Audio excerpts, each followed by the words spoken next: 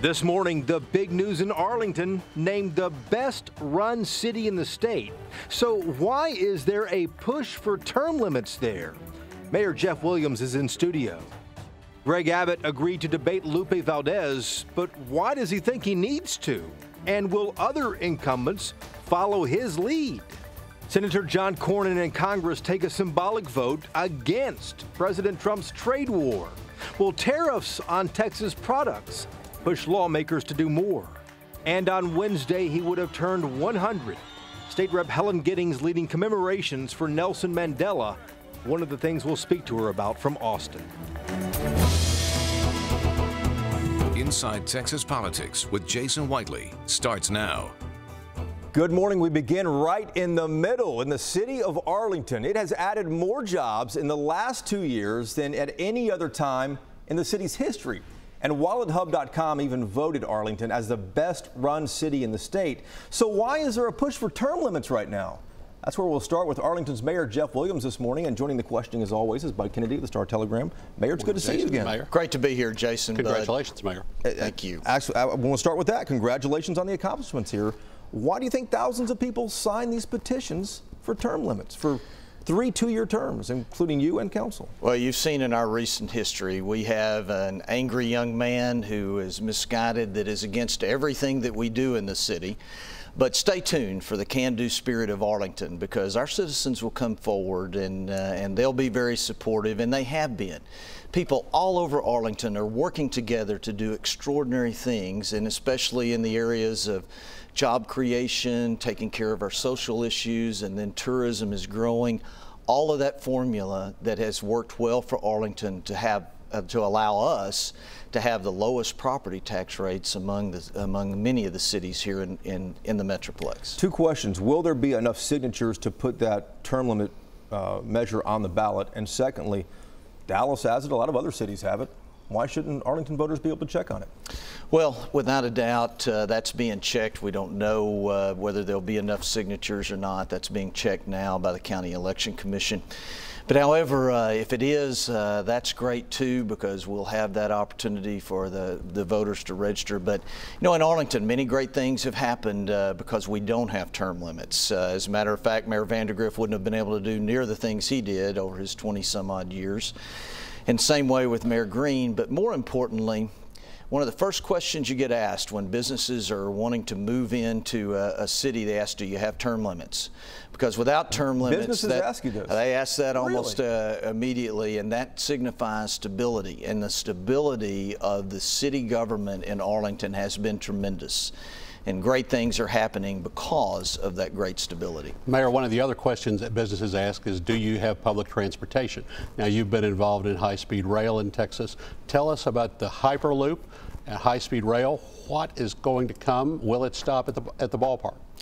Well, I think definitely we are in the middle of high-speed rail and Hyperloop, and we are excited about those opportunities. But Arlington, Texas is now on the map in public transportation because of, one, we were the first city in America to run an autonomous public shuttle, but more importantly, this January we started running a Via rideshare, which is technology-based, operates a lot like Uber or Lyft, but we move a lot of people. And in fact, national news has picked up on it. We have had cities across America now looking at what we do because it is moving people around Arlington and to the airport, and it has been very exciting. Thousands of rides. You have some good micro-transit plans, but are the high-speed rail or the Hyperloop plans going to serve Arlington? Is either one of those coming into shape? Absolutely. You know, all of the plans show a stop in Arlington there for high-speed rail, and then needless to say, Hyperloop is pushing hard to be a part of that equation in getting from Dallas to Arlington to Fort Worth. General Motors is spending $1.4 billion to expand in Arlington, another one of the success stories in your city. You guys have recruited other light manufacturers from Mexico and Canada. I'm curious about the talk about renegotiating NAFTA. How will that impact the city of Arlington? Well, we're very excited because when General Motors came forward with their expansion, we then took the initiative to go and recruit light manufacturers that were in Canada and Mexico to move them right to Arlington and eliminate the transportation costs, but also to improve the General Motors plant. We were successful, but the other part of that is so neat is that we had an aging old mall that was almost vacant in Six Flags Mall, and that is where we put this innovation depot that is going to have many of these light manufacturers from Canada, Mexico, and it's about to open. So, and then of course NAFTA and Texas always are hand in hand. And are you concerned at all that any of the progress that you've helped lead in Arlington will be stunted or impacted by renegotiation of NAFTA? We are going to be watching closely, Jason. Yes, we are concerned, but we want to keep an open mind, and that's something that we are doing very proactively in Arlington. We want to be a team player and work with our state and federal governments as we move forward. County commissioners and JPS are talking about a bond election for the fall, possibly on new facilities, including a new psychiatric hospital. They haven't designated a location yet. It was Arlington's pushback that derailed the first bond election. How do you see Arlington viewing these bond plans, and where does Arlington fit into JPS picture? Well, it's pretty exciting because this last year, both the county and JPS have been very active in including Arlington in the plans. And one of the big initiatives that you mentioned is mental health. That is high on our agenda, and I think it needs to be for all of the communities because it is the source of homelessness. It many times is a source of crime, and I think we've got to really ramp up our efforts in mental health. But then in addition to that, healthcare is one of the strengths of the Metroplex, and an expanded JPS means a stronger North Texas region. If term limits is on the ballot, will that hurt the JPS initiative? Well, sure it will. The people want to count on stability. They want to count on that they have the people that are there, and that's really key. All right, Arlington Mayor Jeff Williams, thanks for coming in. Congratulations on the accomplishments. Thank you very much, Jason, Bud. We're excited in Arlington. Polls show the race is not close, but Governor Greg Abbott has agreed to debate his Democratic challenger, Lupe Valdez. It's going to happen on a Friday night at the end of September, about the time many high school football games kick off. Timing isn't a surprise, but is Valdez so little of a threat that Abbott feels confident going one-on-one with her? Amon Bethesda is in for Ross Ramsey this morning. He is the political editor of the Texas Tribune and a former journalist at the Star-Telegram. Good morning to you, Amon. Morning. Politically, Abbott doesn't need to debate Valdez. Why is he doing it, and do you expect any other incumbents might follow his lead? Abbott agreeing to debate Valdez on a Friday night when a few people are going to see it, it's a way to minimize her campaign. It also puts Valdez on the defensive. Either she agrees to this debate that few people will see, or fights for a different time and looks perhaps like she's the one who doesn't want to debate. But what I'm really curious about is what happens when Ted Cruz and Beto ORourke agree to one or more debates, because that's almost certainly going to happen. ORourke has asked for 6 debates. Cruz, throughout his political career, has shown he actually seems to enjoy debating. So I'm sure they'll do at least 1 debate, perhaps more. And at that point, it may look like Abbott is not willing to engage with his opponent as aggressively as Cruz is with his, and at that point you might see a contrast that doesn't look so good on Abbott. We are waiting to see what happens with Beto and with Senator Cruz. Let me shift off to D.C. Some Texans are feeling the pinch from President Trump's trade war. The Senate took a vote last week to give lawmakers a say in imposing tariffs. The vote was clearly symbolic, but is there a message that Republican senators are trying to send the president or trying to send their constituents back here in Texas? I think Republicans in Congress overwhelmingly disagree with the president on this issue, but the fact that they took this symbolic, non-binding move shows how, frankly, scared they are of Trump's political power. They could have very easily passed a bill that they sent to Trump that he would have probably vetoed. They may even had the votes to override a veto, but they didn't want to do anything that aggressive because they are worried about Trump going after any of them, because he's shown in the past he has the power to move his base against Republicans he doesn't like. And he has done that indeed. Ahmad, back to you in just a moment. Thank you. Conservatives are split on whether President Trump made the right choice in nominating Brett Kavanaugh to the Supreme Court, but they are confident this president might get another pick on the Supreme Court before it's all over. Chris Crock from WBAP 820 AM says, this is why, in my voice, my opinion. Ted Cruz was right. Judge Kavanaugh was not the right pick for the Supreme Court. Barrett was almost everyone's pick in the conservative camp.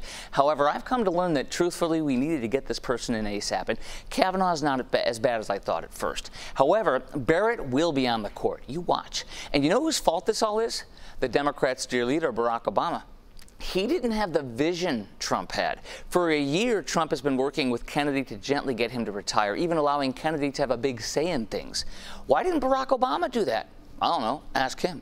Unfortunately for the Dems, the two oldest Supreme Court judges are liberals, with Justice Ginsburg now 85 years old. Trump will win the next election with more votes than he got the first time. You watch.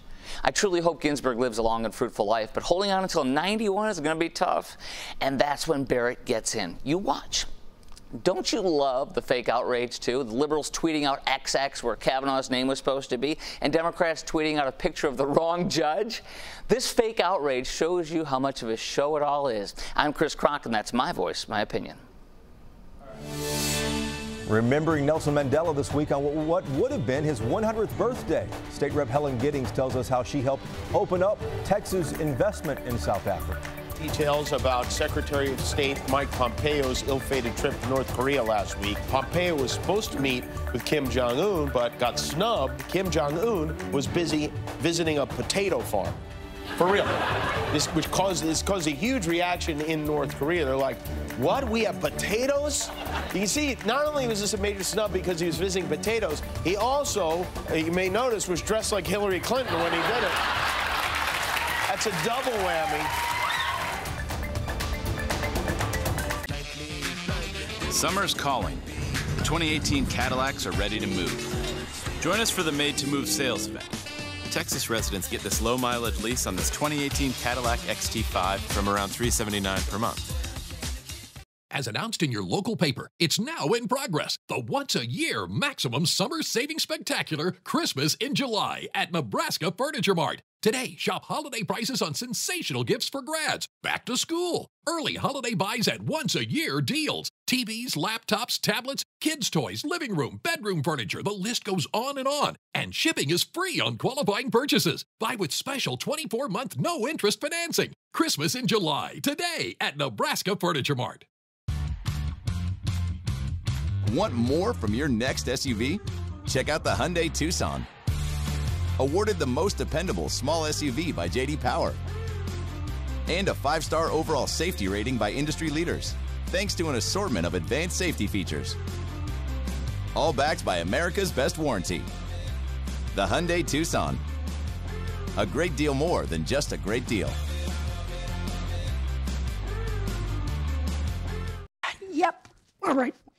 Hey, honey, I'm just gonna go to the den real quick to get my laptop. I'll be right back.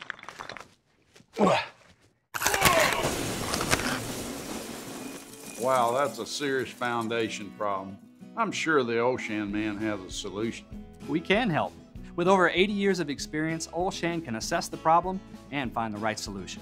Go to olshanfoundation.com for a free estimate. When it comes to solving foundation problems, there's only Olshan. The sizzling summer sell-down at Gateway Buick GMC is in full swing. As temperatures rise, so do the savings. New 2018 GMC Sierra Crew Cabs are $15,000 off MSRP. The all-new 2018 GMC Terrain is only $199 a month.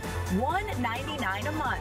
We've got what you need for work, play, and everything in between. Plus, get 2 years free maintenance and free car washes for life. It's a sizzling summer sell-down at LBJ and Jupiter, where Gateway's got it.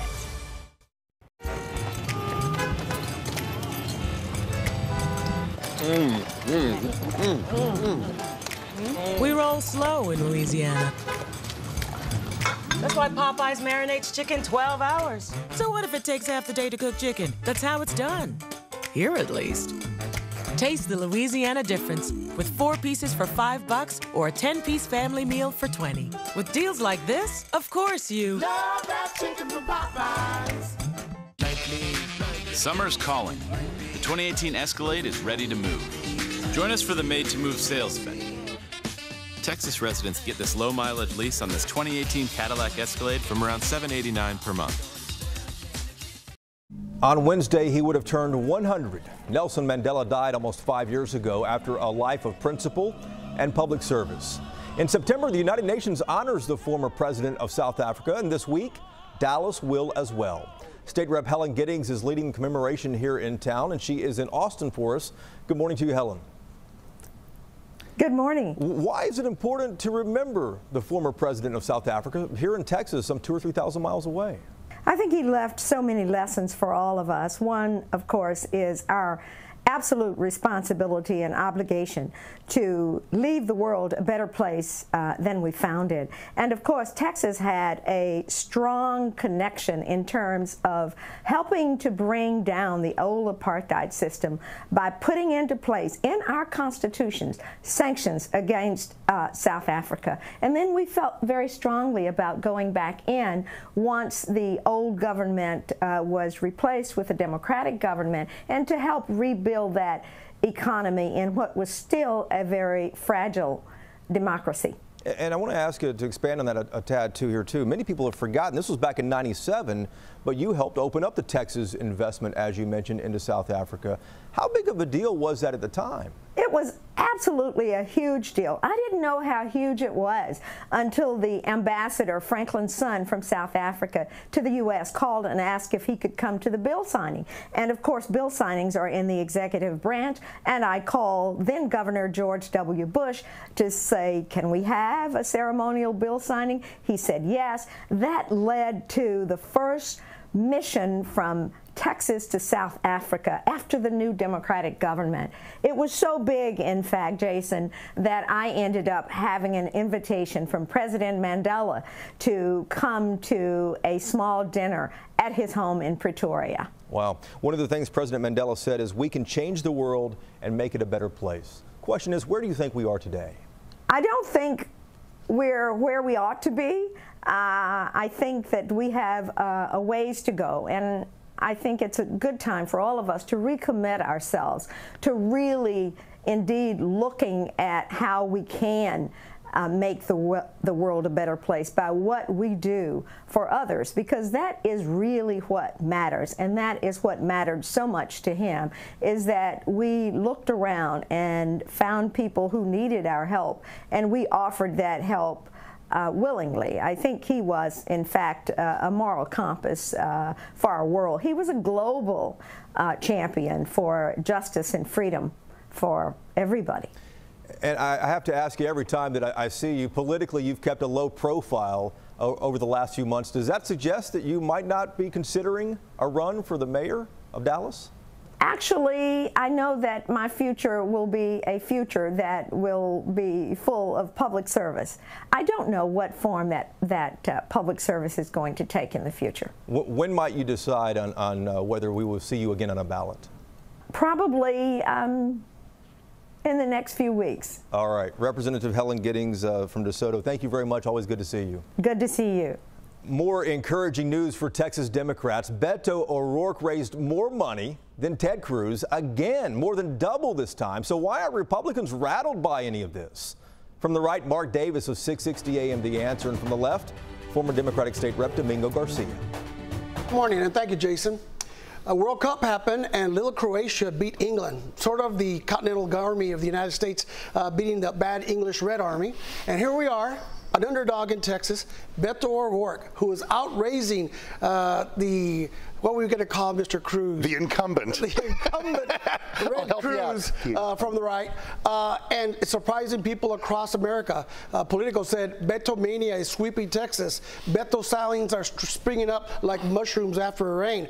Do you think Ted Cruz is finally vulnerable and will be beaten this election cycle? No and no, because there's something else we'll be calling Ted Cruz after the election, and that is senator. I will tell you, the passion on your side is great, and I don't want to undercut it or understate it. Any shiv that can be delivered to the ribs of the Trump agenda and conservatism, the passion is high. Beto, best case, I think, finishes within 5. Worst case, double digits like everybody else Cruz has faced. It all depends. Beto is Hillary, and which, for the good and bad, I say that not judgmentally. But for example, Beto says he wants health care for all. It means all Texans are covered under health care. Which is Bernie Sanders. And Ted Cruz is Bernie Sanders. Says only the rich get health care. He says no Everybody else houses on their own. He says no Everybody such has, thing. you know, people go bankrupt because they pay medical bills, but the rich don't.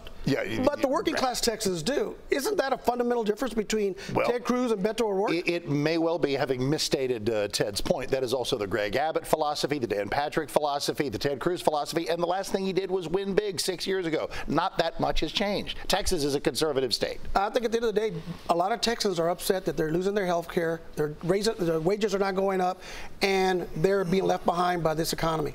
Well, we'll see. Long time to go. From the right, Mark Davis, 660 AM, The Answer. From the left, Domingo Garcia. Congresswoman Kay Granger spent the 4th of July in Russia, but was her unannounced trip a good idea? We'll look at it next on Reporters Roundtable. Is home improvement shopping cleaning you out? You won't feel that way at Seconds and Surplus. With discounts of up to 50 to 90% on the latest home improvements, you can hold on to more of your money. Right now at NTB, buy 3 tires, get 1 free with paid standard installation on top brand tires. Plus, get a $50 rebate when you use your store credit card. Buy 3 tires, get 1 free. Only at NTB. That's all you need.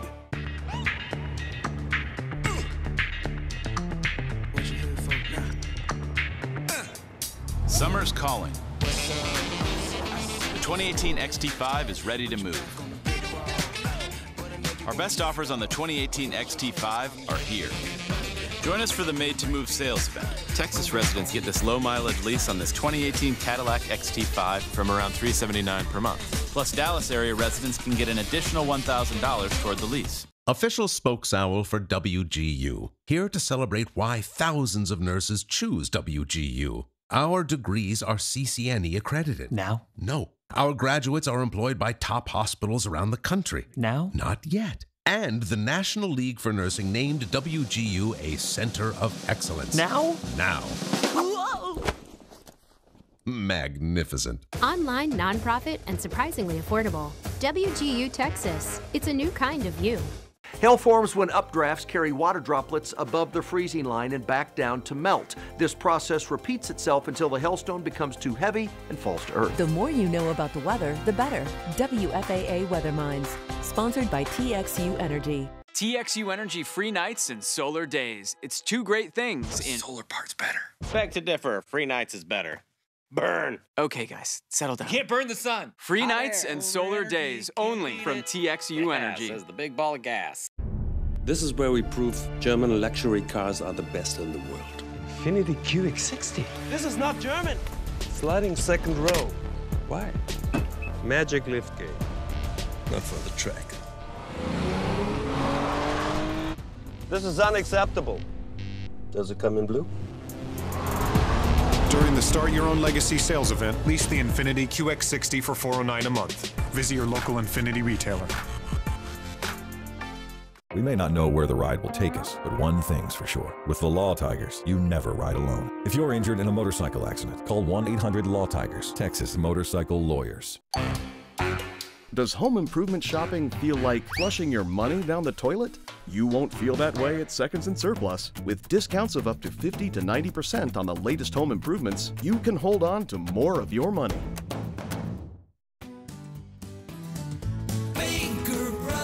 Great service. This is Inside Texas Politics with Jason Whiteley on WFAA. It is time now for Reporters Roundtable to put the headlines in perspective. Amon and Bud are still with us, and Bernadine Steptoe, Channel 8's political producer, joins us every week in this segment as well. Amon, let's start with you and Representative Kay Granger, Republican from Tarrant County and parts of West Texas. She spent July 4th in Russia with a delegation to improve relations over there. Was this a good idea? I think from Granger's point of view, it was a great idea. It allowed Congress to have some sort of say in America's relationship with Russia ahead of President Trump meeting with Putin, I believe, next week. But also, Granger was the only member of the U.S. House, I believe, who was on that trip. It was her and a bunch of senators, and that really elevates her profile. And she's also widely seen as a finalist to be the next chair of appropriations if Republicans hold the House this November, and this probably will resonate with other members of Congress who are debating between her and other people vying for that position. And Bud, this was an unannounced trip. She had to kind of defend it a little bit on Twitter as well. What do you think? Right. Well, she was invited by Huntsman, of course. She's the chair right now of the Defense Appropriations Subcommittee. She's on intelligence. She knows more about what Russia's done to America than almost anyone else in Congress, and dare say almost anyone else in America. So she knows exactly what the threat is and what we're up against. You know, she is in a more powerful position. Now, her voters locally want her to have a town hall, and she hasn't had that. They want to know why she went to Russia when she hasn't had a town hall here. But I don't think that will affect her in her district. But I will say that it did put her on the national stage, and she wants to look more like a leader as well. But I don't think it would affect her at all in her race or in her district. I just can't imagine voters being upset that a member of Congress went to Russia. That's, you know, members of Congress are supposed to go on international trips. So just saying she went to Russia just doesn't feel like enough of a shot against her. Gotcha. Let's shift off and talk about Beto ORourke. Once again, huge fundraising numbers. He more than doubled what Senator Cruz brought in. Republicans don't sound rattled at all by this. Should they be, Bud, and why aren't they? Well, you know, the difference is, you know, people say, well, it's just like Wendy Davis. She raised a lot of money, and look what happened to her. Well, Wendy Davis was running against Greg Abbott.